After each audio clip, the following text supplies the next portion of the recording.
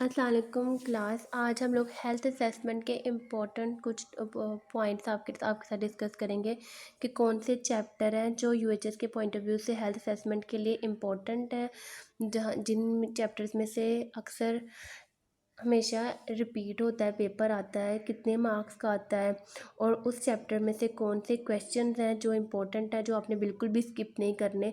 ये कुछ important points हैं, हम आपके साथ डिस्कस करेंगे। सबसे पहले मार्क्स डिस्ट्रीब्यूशन कुछ इस तरह होती है हेल्थ असेसमेंट के पेपर की कि 90 मार्क्स होते हैं थ्योरी के होते हैं, जिसमें से 45 मार्क्स के आपको एमसीक्यूज आते हैं और 45 नंबर के आपको एससीक्यू आते हैं। 45 नंबर के आपको टोटल 90 नंबर की आपकी थ्योरी होती है, जिसमें से 45 मार्क्स के आपको एमसीक्यूज आएंगे और 45 मार्क्स के आपको क्वेश्चन आएंगे। 10 मार्क्स आपकी मतलब 10 नंबर आपके इंटरनल असेसमेंट के जाते हैं और 100 नंबर का हेल्थ असेसमेंट का वाइवा होता है। ये है एनुअल सिस्टम के लिए।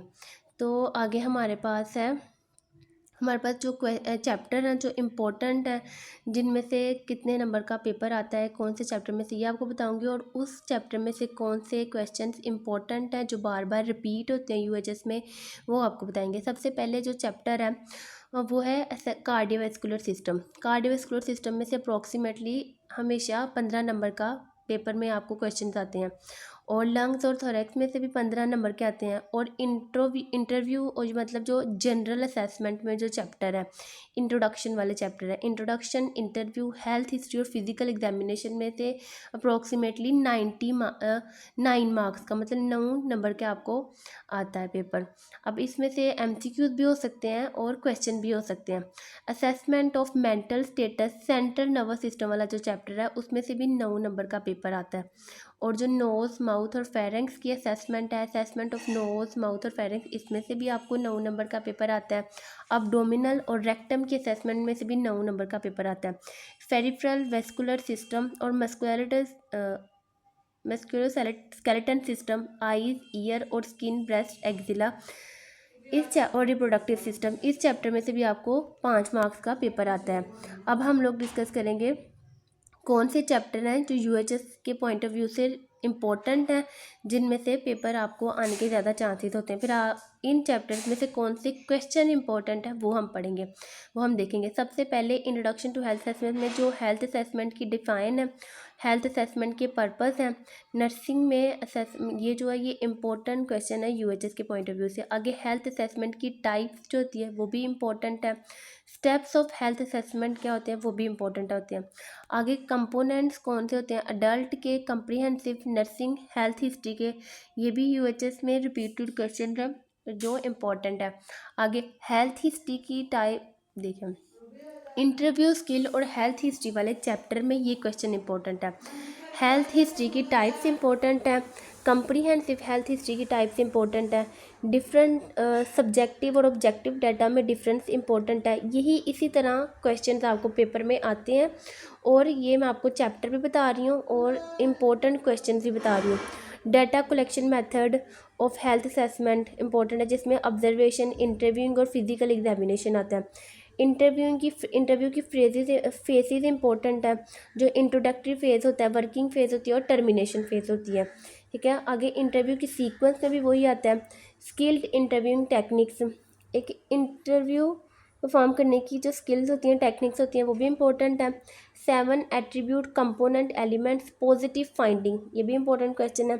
आगे हमारे पास सेकंड चैप्टर है, उसके इंपॉर्टेंट क्वेश्चन हम आपके साथ डिस्कस करेंगे। Introduction to physical examination, physical examination वाले चैप्टर में से कार्डिनल टेक्निक्स होती है ना जो एग्जामिनेशन की, वो इंपॉर्टेंट क्वेश्चन है। आगे हमारे पास इक्विपमेंट फॉर फिजिकल एग्जामिनेशन, ये हमारे पास इंपॉर्टेंट क्वेश्चन है।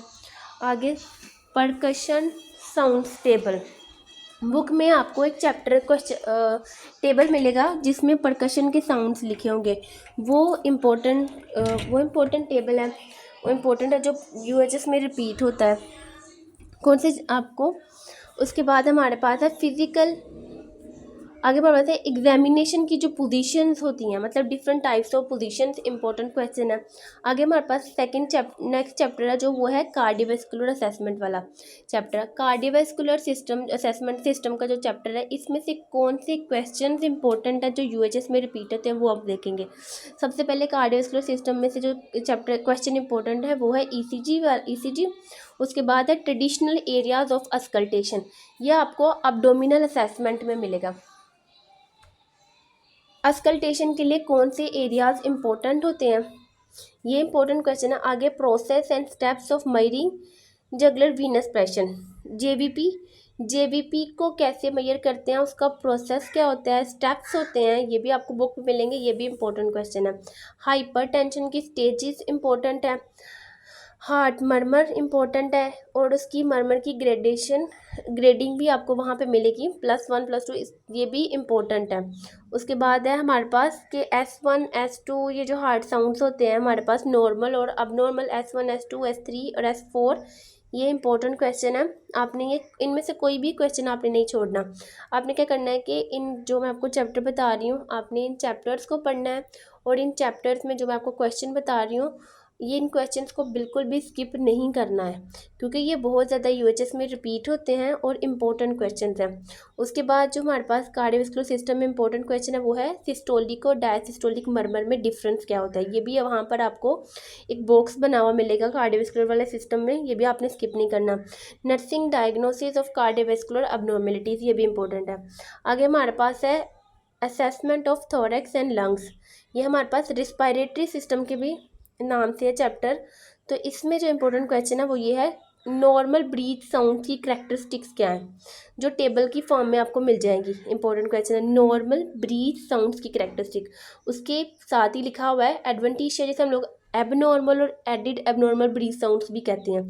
या आपको ना रिस्पायरेटरी साउंड्स के नाम से भी क्वेश्चन आ सकता है, मतलब ऐसे क्वेश्चन भी आ सकता है, सिंपल क्वेश्चन भी आ सकता है, नॉर्मल ब्रीथ साउंड्स और एबनॉर्मल ब्रीथ साउंड। उसके बाद रिस्पायरेटरी साउंड्स के नाम से भी पूछा जा सकता है, और आपको एडवेंटिशिया साउंड्स अलग से भी पूछे जा सकते हैं। ये टेबल बने हुए हैं रिस्पायरेटरी वाले चैप्टर में। उसके बाद डिवाइन क्रिपाइटस, टेक्टाइल फर्माइटस किसको कहते हैं, एक्सप्लेन कॉस्मल साइन किसको कहते हैं, जो कि एबनॉर्मल ब्रीथिंग साइन होता है। एबनॉर्मल चेस्ट शेप्स, ये आपको चैप्टर के लास्ट पे एक पेज मिलेगा जिसके ऊपर ये लिखी हुई हैं सारे नाम देकर कि एबनॉर्मल चेस्ट शेप्स कौन सी होती हैं, जिसमें पिजन चेस्ट वगैरह सब कुछ लिखा होगा। Chest expansion with normal and abnormal finding, ये क्वेश्चन बहुत इंपॉर्टेंट है, हमें भी आया था। चेस्ट एक्सपेंशन आपने बतानी है, चेस्ट एक्सपेंशन जो टेस्ट उसकी नॉर्मल और एबनॉर्मल फाइंडिंग कौन सी होती है। Diaphragmatic exertion with normal and abnormal finding. Biot respiration, उसके बाद है इकोफोनी, ये ब्रोंकोफोनी, ये इंपॉर्टेंट है। उसके बाद हमारे पास जो नेक्स्ट चैप्टर है वो है एब्डोमन और rectum, assessment of abdomen and rectum. इसमें जो इंपॉर्टेंट क्वेश्चन है सबसे पहले वो ये है कि एब्डोमिनल के क्वाड्रेंट्स विद ऑर्गन, कितने क्वाड्रेंट्स हैं और कौन से क्वाड्रेंट में कौन सा ऑर्गन है, सबसे पहले ये भी आपको बॉक्स बना हुआ मिल जाएगा इस चैप्टर में। दूसरा क्वेश्चन है एब्डोमिनल के रीजन्स और उन रीजन्स के अकॉर्डिंग कौन से रीजन में कौन सा ऑर्गन आता है, ठीक है। पेन कितनी टाइप्स की होती हैं, ये वाला क्वेश्चन। पाल्पेशन के स्टेप्स, एब्डोमन को पाल्पेट जब हम लोग कर रहे हैं असेसमेंट के दौरान, तो वो पाल्पेशन के जो स्टेप्स हैं, जैसे लाइट पाल्पेशन, डीप पाल्पेशन, वो आपने अच्छे से पढ़ना है। एग्जामिनेशन टेक्निक्स क्या होती हैं एब्डोमन की, एब्डोमिनल साइंस हमने पढ़ना है, जिसमें ग्रे टर्नर साइंस आते हैं, कोलन साइंस, मतलब जितने भी एबनॉर्मल साइंस होते हैं जो हमें एब्डोमिनल की असेसमेंट के दौरान हम फाइंड करते हैं, वो सब आपने अच्छे से पढ़ने हैं। वो साइन कब आपको मिलते हैं, उन जब आपको वो साइन ऑब्जर्व कर रहे हो, आपको मिल रहे हैं, उनकी प्रेजेंस आपको पता चल रही है, तो क्यों है उनका रीज़न आपको पता होना चाहिए, अच्छे से आपने सारे साइंस को पढ़ना है। उसके बाद हमारे पास है टेस्ट फॉर अस्काइटिस के लिए कौन सा टेस्ट किया जाता है, फ्लूइड वेव टेस्ट, ये एक्सेट्रा डायरेक्ट भी पूछ लेते होते हैं, फ्लूइड वेव टेस्ट या फिर वो शिफ्टिंग डलनेस टेस्ट, या फिर ये भी इस तरह भी पूछ सकते हैं कि अस्काइटिस के लिए कौन सा टेस्ट किया जाता है, टेस्ट फॉर अस्काइटिस, ठीक है। आगे अपेंडेक्टाइटिस की जो टेस्ट है, साइंस जो हमने पढ़े, रीबाउंड टेंडनेस होती है, विसोस्ट साइंस होते हैं, ऑब्चुरेटर होता है, ये सारे आपने ब्लूमबर्ग में पढ़नी है, सारे आपने अच्छे से पढ़ने हैं, इंपॉर्टेंट है। फिर कोलकलाइटिस के लिए कौन से टेस्ट होता है ये अपने अच्छे पढ़ना है। मॉर्फिक साइन क्या होता है ये आपने अच्छे से पढ़ना है। पेरिटोनियल इरिटेशन के लिए कौन सा टेस्ट किया जाता है, जैसे हम लोग ब्लूमबर्ग साइन कहते हैं, भी आपने अच्छे से पढ़ना है। लीवर की पाल्पेशन कैसे की जाती है ये भी पूछा जा सकता है। परकशन भी पूछा जा सकता है। और डायरेक्ट हुकिंग टेक्निक किसे कहते हैं वो भी आपसे पूछा जा सकता है। ठीक है, आगे हमारे पास नेक्स्ट चैप्टर वो है मेंटल स्टेटस न्यूरोलॉजिकल सिस्टम, मतलब सेंट्रल नर्वस सिस्टम की असेसमेंट। अब सेंट्रल नर्वस सिस्टम वाले असेसमेंट वाले चैप्टर में कौन से क्वेश्चन इंपॉर्टेंट है वो हम लोग देखेंगे। सबसे पहले health history taking from a client with anxiety, अगर जो एंजाइटी वाले पेशेंट्स होते हैं उनकी हेल्थ हिस्ट्री कैसे लेते हैं। और 5 consideration the nurse will consider, और नर्स को कौन सी इंटरवेंशंस करनी चाहिए वो आपने देखनी है। आगे आपने ग्लास्कोकोमा स्केल के बारे में पढ़ना है अच्छे से, उसकी कैसे डिस्ट्रीब्यूशन होती है कि आपने अच्छे से उनको पढ़ना है। उसके बाद मसल स्ट्रेंथ रिफ्लेक्सिस को पढ़ना है। रिफ्लेक्सिस की टाइप्स को अच्छे से पढ़ना है आपने, कितनी तरह की रिफ्लेक्सिस होती हैं। उसके बाद आगे स्पेसिफिक रिफ्लेक्सिस बताइए हैं कि उनकी डिफरेंस भी आपसे पूछा जा सकता है। फिर न्यूरोलॉजिकल एग्जामिनेशन की 5 एरियाज ऑफ न्यूरोलॉजिकल एग्जामिनेशन, ये भी आपको सेंट्रल नर्वस सिस्टम वाले चैप्टर में बॉक्स बना हुआ मिल जाएगा। ये बॉक्स भी आपने पढ़ना है, छोड़ना बिल्कुल भी नहीं है। आगे आपने पढ़ना है इक्विपमेंट फॉर न्यूरोलॉजिकल एग्जामिनेशन। एक सेंट्रल नर्वस सिस्टम को अगर आप असेस कर रहे हो, न्यूरोलॉजिकल एग्जामिनेशन अगर आप कर रहे हो, तो कौन से इक्विपमेंट इंस्ट्रूमेंट्स की आपको ज़रूरत होती है, इक्विपमेंट वो भी आपको पता होना चाहिए। क्रैनियल नर्व्स और उनके function, order wise line wise आपने क्रैनियल नर्व्स को याद करना है और हर एक क्रैनियल नर्व का फंक्शन आपको पता होना चाहिए। फिर आगे इनके टेस्ट भी होते हैं, इनके फंक्शंस को असेस करने के लिए जो टेस्ट किए जाते हैं वो भी आपने अच्छे से पढ़ने हैं। मसल स्ट्रेंथ ग्रेडिंग सिस्टम आपको पता होना चाहिए। स्केल फॉर रिफ्लेक्सिस, जैसे हमने मरमर्स का स्केल पढ़ा था इसी तरह रिफ्लेक्सिस का भी आपको पता होना चाहिए। रोमबर्ज टेस्ट के बारे में आपको बताना चाहिए, मोस्ट इंपॉर्टेंट है रोमबर्ज टेस्ट। आगे है टेस्ट फॉर मेनिंजियल इरिटेशन, जिसमें ब्रूजिंग साइन और कर्निंग साइन आता है। डायरेक्ट भी पूछा जा सकता है कि ब्रूजिंग साइन किसे कहते हैं और कर्निंग साइन किसे कहते हैं, या फिर ये भी पूछा जा सकता है कि मेनिंजियल इरिटेशन के लिए या फिर मेनिंजियल डायग्नोस करने के लिए कंफर्मेशन के लिए कौन सा टेस्ट किया जाता है। मेनिंजाइटिस के लिए मेनिंजाइटिस के लिए कौन सा टेस्ट किया जाता है, ये डायरेक्ट भी पूछा जा सकता है आपसे, या फिर अलग से कर्निंग और ब्रूजिंग साइन के बारे में पूछा जा सकता है। आगे गेट और पोस्चर की एबनॉर्मेलिटीज़ आपने पढ़नी है और टाइप्स भी मैं तो कहूँगी आप वो भी पढ़ लें, वो भी इंपॉर्टेंट है। आगे रिफ्लेक्स हैमर के बारे में आपने क्या यूज़ होता है रिफ्लेक्स हैमर का वो अच्छे से पढ़ना है। आगे हमारे पास नेक्स्ट चैप्टर है assessment of nose mouth and pharynx. इसमें कौन से इंपॉर्टेंट क्वेश्चन हैं, इनमें 3 इंपॉर्टेंट क्वेश्चन हैं। सबसे पहले माउथ टीथ और नोज़ की एबनॉर्मल फाइंडिंग्स क्या होती हैं, मतलब कि अगर आप किसी पेशेंट को असेस कर रहे हो तो आप असेसमेंट कर रहे हो, अगर आप किसी पेशेंट की असेसमेंट कर रहे हो आप माउथ की, नोज़ की और टीथ की, तो उसकी जो नॉर्मल और एबनॉर्मल फाइंडिंग्स कौन सी। अच्छा, उसके बाद सेकंड क्वेश्चन है टॉन्सिल्स की ग्रेडिंग, मोस्ट इंपॉर्टेंट क्वेश्चन है, ये आपको पास पेपर में भी मिल जाएगा और इस चैप्टर की में एक बॉक्स बना हुआ है वहाँ पर भी लिखा हुआ है, आपने इसे बिल्कुल भी नहीं स्किप करना। आगे नॉर्मल और एबनॉर्मल फाइंडिंग नेजल मिकोजा की, सिंपल। आगे हमारे पास जो नेक्स्ट चैप्टर है वो है peripheral vascular system. Peripheral vascular system में कौन से चैप्टर क्वेश्चन इंपॉर्टेंट है, सबसे पहले तो peripheral arterial examination, grading of pulses की की कंपोनेंट आपको पता होने चाहिए।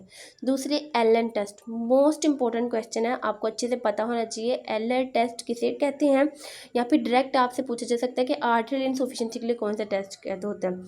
और यहाँ पर एक और क्वेश्चन बहुत आता है कि आर्टरियल और वीनस इनसफिशिएंसी में क्या डिफरेंस है, ये भी आपको बुक में मिल जाएगा। मैनुअल कंप्रेशन टेस्ट किसे कहते हैं, ये भी आपने अच्छे से पढ़ना है। ह्यूमन साइन किसे कहते हैं, और उसके बाद बुर्जेट टेस्ट किसे कहते हैं आपने अच्छे से पढ़ना है। क्रोनिक आर्ट्रियल और वीनस इंसफिशिएंसी में, क्रोनिक आर्ट्रियल और क्रोनिक वीनस इंसफिशिएंसी में क्या डिफरेंस होता है, ये मैंने आपको ऊपर ही बताया कि इनमें बहुत डिफरेंस आता है, ये भी बॉक्स बना हुआ है इस चैप्टर में, आपने अच्छे से इनको पढ़ना है। अडीमा की क्या करेक्टरिस्टिक्स होती हैं आर्ट्रियल और वीनस इंसफिशिएंसी में, और टाइप्स क्या होती हैं पेरिफेरल लिम्फोडीमा की, उनसे अच्छे से आपने पढ़ना है। और पिटिंग एडीमा और ये नॉन पिटिंग एडीमा को भी आपने पढ़ना है, और इनकी ग्रेडिंग भी होती है वो भी आपने अच्छे से पढ़नी है। आगे हमारे पास नेक्स्ट चैप्टर है वो है, आगे हमारे पास नेक्स्ट चैप्टर है मस्कुलोस्केलेटन सिस्टम।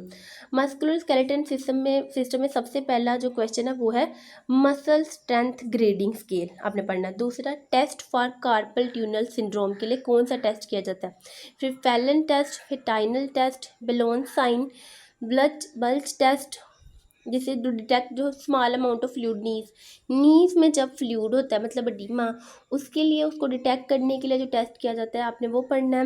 मतलब इस चैप्टर में ज़्यादातर टेस्ट ही इंपॉर्टेंट है।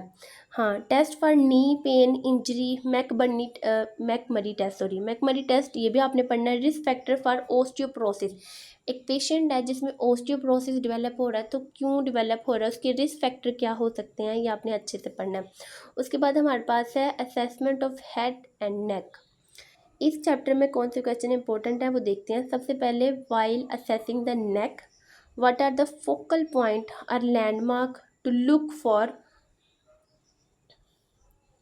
मतलब कि आप एक नेक को असेस कर रहे हो तो फोकल पॉइंट्स और लैंडमार्क्स के बारे में आपको अच्छे से पता होना चाहिए, जिसमें हायोइड बोन आता है, कार्टिलेजेस आती हैं, थायराइड कार्टिलेजेस आती हैं। आगे लिम्फ नोड्स कौन सी होती हैं और हेड और नेक में आपने अच्छे से पढ़नी है।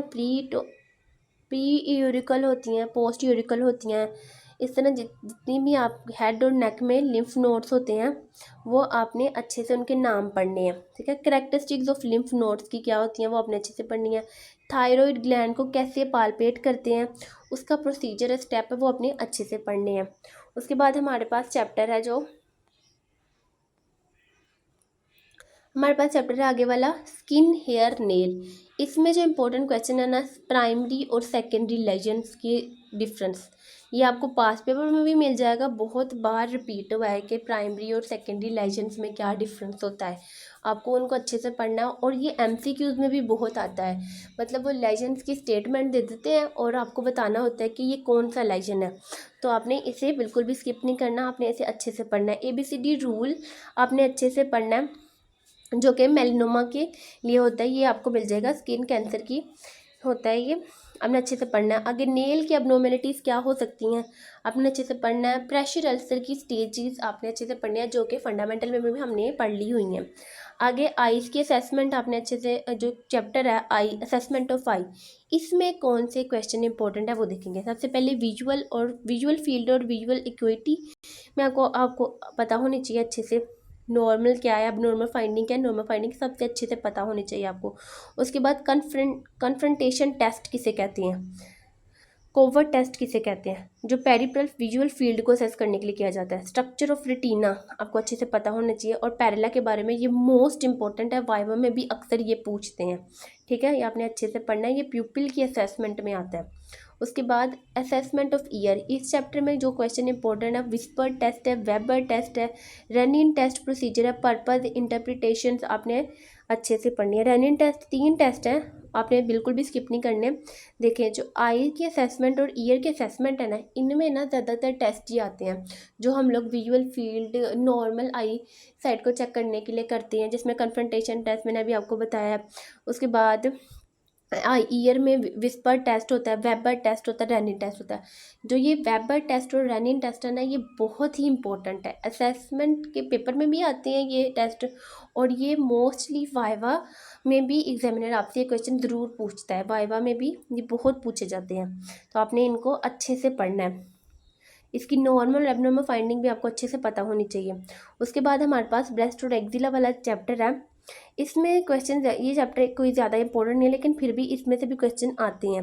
इसमें ब्रेस्ट की एबनॉर्मेलिटी तो आपको पता होना चाहिए, नोड्यूल की कैरेक्टरिस्टिक्स आपको पता होनी चाहिए, उसकी लोकेशन क्या है, उसका शेप क्या है, इस तरह की कैरेक्टरिस्टिक्स हैं आपको अच्छे से पता होनी चाहिए। ये भी क्वेश्चन आपको पास पेपर में मिल जाएगा और बुक में भी लिखा है।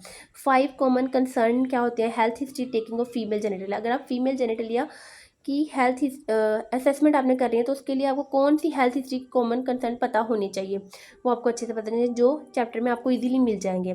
हमने आज आपके साथ डिस्कस किया कि कैसे UHS में हेल्थ असेसमेंट का पेपर आता है जो आपको पता होना चाहिए, फिर उस कौन से चैप्टर में से कितने मार्क्स का पेपर आता है और कौन से चैप्टर में से कौन से क्वेश्चन है जो आपने बिल्कुल भी स्किप नहीं करने, जो बहुत इंपॉर्टेंट है और मोस्टली रिपीट होते हैं।